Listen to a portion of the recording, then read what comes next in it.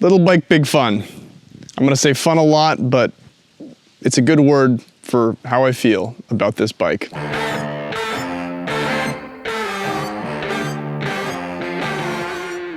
It's the Santa Cruz 5010. This is a first ride, so I've only had maybe 10 days on it so far. Let's get into it. For the new Santa Cruz 5010, we've got one really big update and a few little updates. Biggest update, MX wheels. That's what Santa Cruz calls the mullet wheel. Got 27.5 rear, 29 front. It's all the rage right now. The hairstyle, the wheel size. I think there's good reason for it on this bike, and we're seeing Santa Cruz kind of do that with their whole lineup, so it makes sense that they did it here. Other updates, we've got size-specific chainstays, size-specific seat tube angle, the glove box, handy-dandy little storage container, and then some geometry and kinematic updates as well. Chainstays, not too much to report there. It's just like a geo shift that makes the bike feel more balanced depending on the size you're riding. It doesn't make sense that me on an XL will be riding the same size chainstay as someone who's 5'2". Seat tube angle, you want that to get steeper as the sizes get bigger because you're kind of jutting out more seat post for a tall person.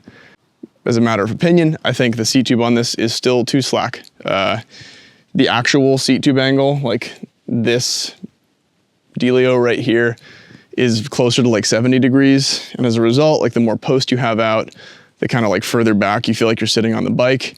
And because the reach is pretty long on these, your cockpit feels quite long and it can feel like a little stretched out on the climbs. But I noticed that less in certain circumstances, and I'll talk about that in a little bit. The reach on this bike, this is a size XL again, is 496 in the low position, and the stack is somewhere around 660, 661, I think. And as a result, you have like a nice upright, like planted stance on the bike. It has a really low bottom bracket. That's kind of always been a thing with the 5010. And so as a result, you're like upright in the bike, like feel like you can move it around a lot. It's awesome. Handling wise, what I really like about this bike is it encourages you to turn with your feet. I know that sounds kind of odd, but like some bikes, I think, encourage that more than others. Ultimately, it is like a really good way to ride your bike because you're kind of pushing into corners more, you get better traction and like more stability through the suspension. This bike, because of that low bottom bracket, like really encourages that behavior. And I think that's like even further enhanced by the mixed wheel feeling because you have this like high planted front end that has more traction than the rear, and you're kind of like pushing that back into corners as you like like rip down trail. As I've talked about before with like mixed wheel bikes, the thing I really like is that like surfy like breakaway feeling in the back, and that like lets you slap into corners a little early. And with this bike, because it is lower travel number, it's still 130 rear, but we got a 140 fork now. With that lower travel number, you can kind of like keep it sporty and like pump out of corners and pump into little compressions and stuff. Just feels quick. And like I've actually set PRs on trails I ride all the time on this bike, which was surprising because like, I don't know, I feel like my big 29er squishy bike is the fast bike, but this is pretty quick. Other Geo stuff, I don't know. I think it's all very well sorted. Like it has essentially what's a 65-degree head angle. I think that suits this bike really well. The way that like the fork and rear suspension balance out, the fork tends to feel a little stiffer and like more feedbacky, is that a word? You get more feedback out of the fork than you do the shock. Having that like higher front end and like neutral head angle feels okay because the fork isn't plunging through travel as much as the shock is. The rear suspension on this bike feels mint. It's really good. Big change from the prior model to this one was lowering the anti-squat, which is something that Santa Cruz has done on a couple bikes. Strangely hasn't done on others like the High Tower, but like I like that they've done it on this. It makes for something that is capable beyond its numbers.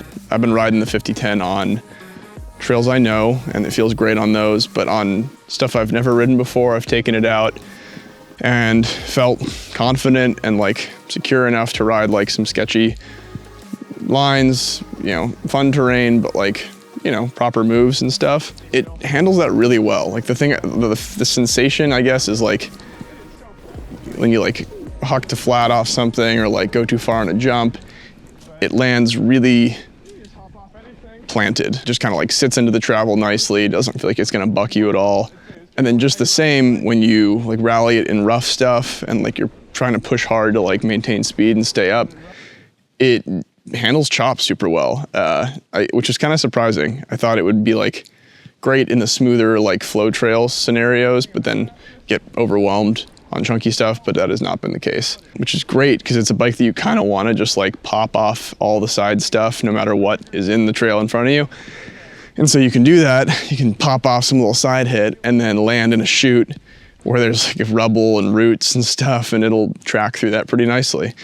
By no means is this like an enduro race bike. You're not going to go like ripping through the gnarliest terrain on it, but it handles stuff really well. Like I think this could be your only bike, which is a strong claim.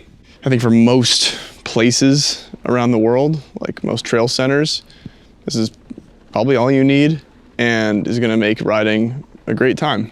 There's elements of it, like that slightly slacker C-tube angle, that I think kind of push it towards riding flatter terrain better, because it's like that's a more comfortable seated position for like traversing terrain. And the way that the suspension is set on this, like you could run it with less sag and it would feel very supportive and like a pretty sporty pedaler and stuff like that. I have it on like the higher end of the sag range for here, and it feels great. So experiment, see what's best for you. Talk about the build kit real quick. You can see I already swapped out the EXO rear tire for something a little burlier because EXO rear tires just don't do it for me. They don't hold up. Maybe if with an insert it can work, but because it's dry and fast right now, I just found it was squirming a lot, and like the liability of a puncture is pretty high with that. I've kept the EXO up front. It feels okay running it at a pretty high pressure compared to what I normally would, so not ideal. Suspension wise, awesome. I love the new Pike. It feels really good. It's a little like, feels like there's more support and control than the old Pike, at the cost of comfort. Like I've talked about this in my Lyric review.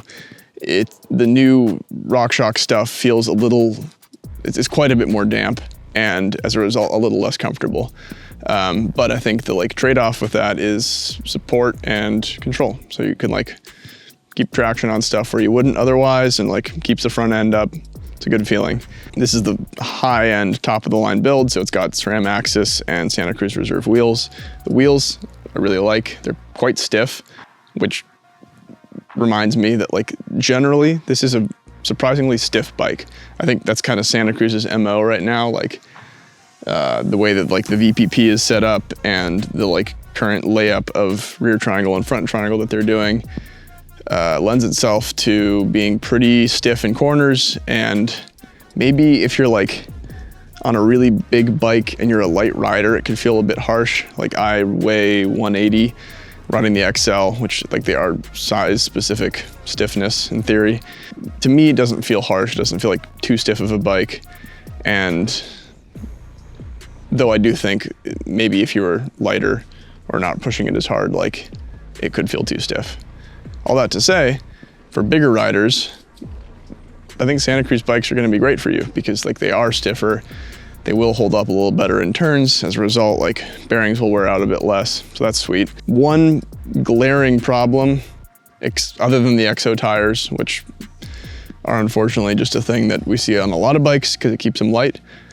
My beef with this build kit are the SRAM G2 brakes. I don't think they work very well. They're like nice enough parking lot test wise. Like if you're like hot dogging around on flatter trails and like applying brake occasionally, they do work just fine. My issue is on anything sustained. When you're braking a lot, they fade really quickly. And it's not like they're pulling the bar so much as you're just pulling harder and harder and harder to get any purchase out of them.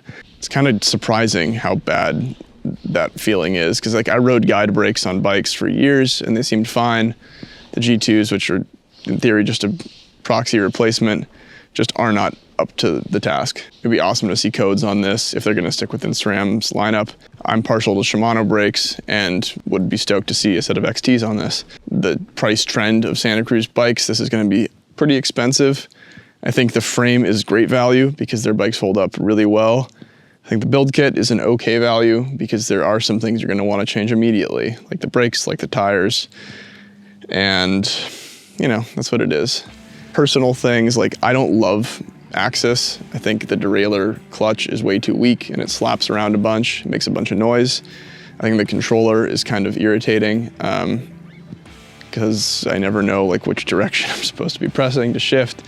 Otherwise though, it's great. I mean, you get like top of the line suspension, a top of the line bike, and it all works very well together. In terms of who I think this bike is for, damn, I don't know, anybody who likes like popping around and having a good time on trails. Santa Cruz always calls it like the play bike, and it's meant for like being a good jumper and like great for creative lines and things like that. I just think it's fun. Like it's a capable bike that you can ride anywhere and have a good time. Like they've done a really good job of just like making a mountain bike that rides mountain bike trails in a way that is fun. It's not like, doesn't feel dumb and slow, doesn't feel too sporty. It's just like, does it well, you're gonna have a good time. For those who are like super upset about the big 29er front, I would call into question what you're really missing by not having a 27.5 front wheel, except maybe like getting to like carry tires across when the front starts to wear out. Like that is a bummer. You got different tire sizes.